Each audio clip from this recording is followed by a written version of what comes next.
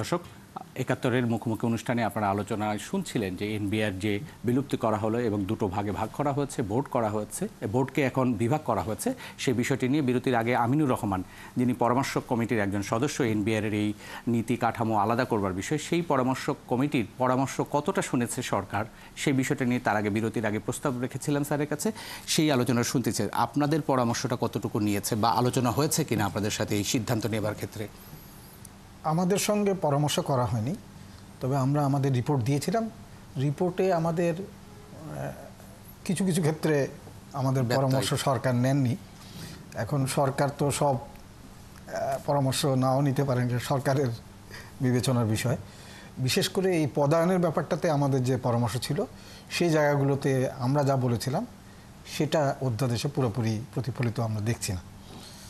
তো এবং আমাদের সঙ্গে এই পরিবর্তনের কারণে কোনো রকম আলোচনা কোনো পক্ষ থেকে করা হয়নি, কারণ আমরা তো পরামর্শ দেওয়ার পরে আলোচনায় যদি কোনো পক্ষ ডাকতো, সরকার বা কেউ বা উপদেষ্টা, তাহলে আমরা নিশ্চয়ই তাদের সঙ্গে আলোচনা করতাম, কিন্তু সেই রকম কোনো আলোচনার জন্য আসলে আমাদেরকে ডাকা হয়নি। সেই জন্য আমরা তা পরামর্শ কমিটি রিপোর্ট দেওয়ার পরে এই বিষয়ে কোনো আলোচনা কারোর সঙ্গে হয়নি। একটা বিষয়, যে পরামর্শ কমিটিটার যে ফর্মটা ছিল, এনবিআরের সাবেক দুজন চেয়ারম্যান ছিলেন, নাসিরুদ্দিন আহমেদ স্যার এবং মজিদ স্যার ছিলেন, আপনি আছেন, আরও দুজন মেম্বার আছেন, যারা সবাই এনবিআরের লোক ছিলেন বা এনবিআর পরিচালনা করছে, যদি এর মধ্যে চেয়ারম্যানরা বাইরে থেকে এসছেন সব। তাহলে এই কমিটিটার সিদ্ধান্তটা সরকার যদি নেয় বা না নেয়, তত তার একটা যৌক্তিক অবস্থা থাকবে, কারণ আপনিও এর সংস্কারটা করছেন জাতীয় স্বার্থে, সরকারও জাতীয় স্বার্থেই করছে, বা তাহলে সেই জাতীয় স্বার্থ করবার ক্ষেত্রে সিদ্ধান্তটা বাতিল করা বা গ্রহণ করা, এই বিষয়টা ডিসকাস করার দরকার ছিল বলে কি মনে করেন কিনা? করলে ভালো হতো। মানে এইখানে যদি আমার ধারণা যে যেই পর্যায়ে সিদ্ধান্তটা পরিবর্তন হয়েছে, সেখানে যে আমাদের যেসব কর্মকর্তারা জাতীয় রাজস্ব বোর্ডে কর্মরত আছেন, তাদের কনসার্নগুলো কি হতে পারে, সেগুলোর একটা চিত্র আমরা সরকারকে বা উপদেষ্টা মহোদয়কে দিতে পারতাম, যে এইটা হলে এই ধরনের সমস্যা হতে পারে, এবং এইটার থেকে পরিত্রাণ বা এখান থেকে যদি আমরা এই ধরনের সমস্যাগুলো দূরীভূত করতে চাই, তাহলে কোন পথে আগালে ভালো হবে, তো সে ধরনের হয়তো আমরা একটা পরামর্শ দিতে পারতাম। তো আমাদের সঙ্গে যেহেতু আলোচনা হয় নাই, কাজেই সেটা দেওয়ার কোনো অবকাশ ছিল না, সুযোগ ছিল না। স্যার, এখন এই যে দুটো ভাগ করা হলো বিভাগ, এই দুই বিভাগের দুইজন কর্মকর্তা যারা শীর্ষ নির্বাহী, যে শঙ্কা আশঙ্কা বা সম্ভাবনা যেটাই বলি না কেন, এইটার কি সমন্বয় করাটা কি সহজ হবে? আমি দেখলাম যে অধ্যাদেশ যেটা দেয়া হয়েছে, সেখানে নীতি বিভাগ যেটা আছে, সে নীতি বিভাগকে দায়িত্ব দেওয়া হয়েছে, একটা তাদের টার্মস অফ রেফারেন্সে কিন্তু তাদেরকে বলা হয়েছে তারা সমন্বয় করবে।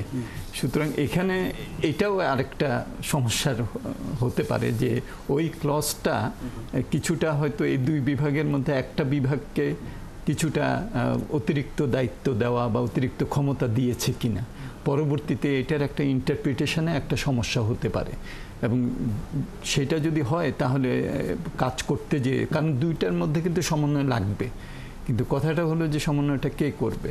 হয়তো বা মিনিস্ট্রির কাছে, যদি এটা তো দুইটা বিভাগই তো মিনিস্ট্রির আন্ডারে, ফাইন্যান্সের আন্ডারে, সুতরাং তারা যদি এই কাজটা যদি করেন, তাহলে হয়তো বা এই সমস্যাটা হবে না। আর কিন্তু স্যার, ওই আপনার কাছে যেটা সেটা হচ্ছে যে এখনও তো আইআরডির সচিব হচ্ছে পদাধিকার বলে এনবিআরের চেয়ারম্যান, তার মানে এখন তো তিনি নিয়োগপ্রাপ্ত অর্থ মন্ত্রণালয়। আমিনুর রহমান স্যার, আপনার কাছে যে জিনিসটি, সেটি হচ্ছে যে বলা হয় যে এনবিআর তার রেভিনিউ টার্গেট কখনোই পূরণ করতে পারেনি, কিন্তু আমরা ৭২ সালে যদি দেখি, তাহলে ১৬৬ কোটি টাকা রাজস্ব আদায়কারী এনবিআর এখন গত অর্থ বছরে ৩,৮২,০০০ কোটি টাকার রেভিনিউ আদায় করেছে। তাহলে তো প্রবৃদ্ধি আছে ১৬-১৭% গড়ে। তাহলে রেভিনিউ আদায় করতে না পারাটা কি আসলে নীতি আলাদা থাকার দুর্বলতা, বা এক জায়গায় থাকার দুর্বলতা, বা অন্য কোনো সমস্যা আসলে আছে কিনা? সমস্যাটা কোথায় আসলে? আচ্ছা, নীতির সঙ্গে রেভিনিউ আদায়ের সম্পর্ক খুব বেশি আছে বলে আমার কাছে মনে হয় না। একটা হলো এনবিআরের যে কর্মদক্ষতা এবং কর্মপদ্ধতি, সেটার মধ্যে সংস্কার আনা প্রয়োজন আছে, নাহলে এটা বরং। তবে এর সঙ্গে আমি একটা জিনিস যুক্ত করতে চাই, যে আপনি যে দেখেন আমাদের যেটা আপনি বললেন, আমার হিসাব অনুযায়ী 12% হলো আমাদের নন ট্যাক্স রেভিনিউ। এই যে নন ট্যাক্স রেভিনিউ যদি গত 3 বছরের আপনি চিত্র দেখেন, সেইখানে কিন্তু আমাদের মানে লক্ষ্যমাত্রা চেয়ে যোজন দূরত্ব, সেখানে কিন্তু লক্ষ্যমাত্রা চেয়ে যেটা এনবিআর করে না কিন্তু।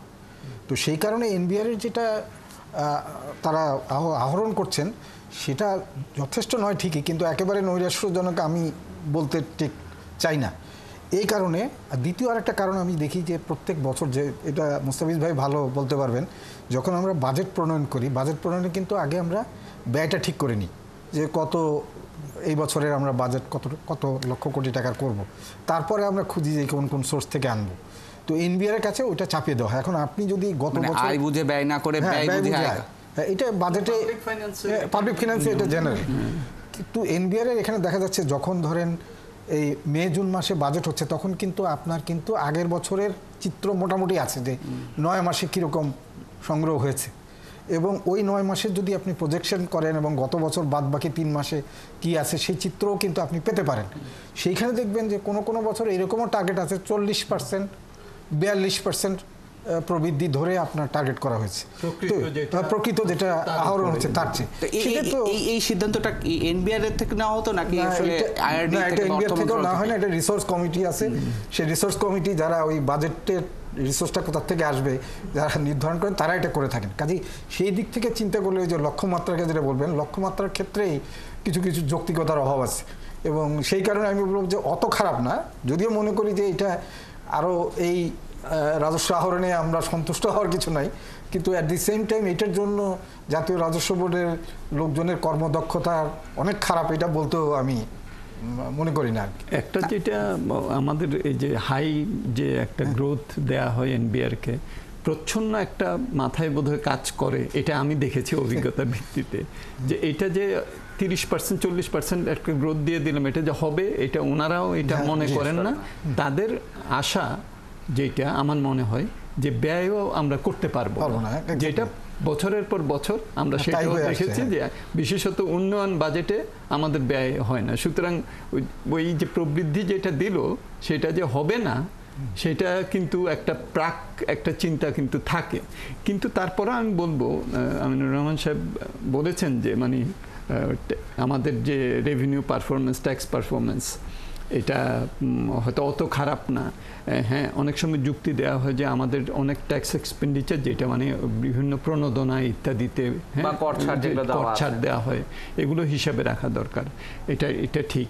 কিন্তু আমরা বাইরে দেখেছি, যেমন ভারতে যদি আমি ধরি, ভারতে যদি আমি 2001-2 দিকে যদি দেখি, সেখানেও কিন্তু তাদের ছাড় অনেক ছিল, কিন্তু ফিলোসফিটা ছিল যে আমি ছাড়টা যাকে দিচ্ছি সে 10 বছরে 15 বছরে তার আয়টা এমনভাবে বাড়বে যাতে করে আমি ওখান থেকে আবার পাওয়া শুরু করবো। আমি যেটা ভারতে হয়েছে, হ্যাঁ ওইটা পাবে।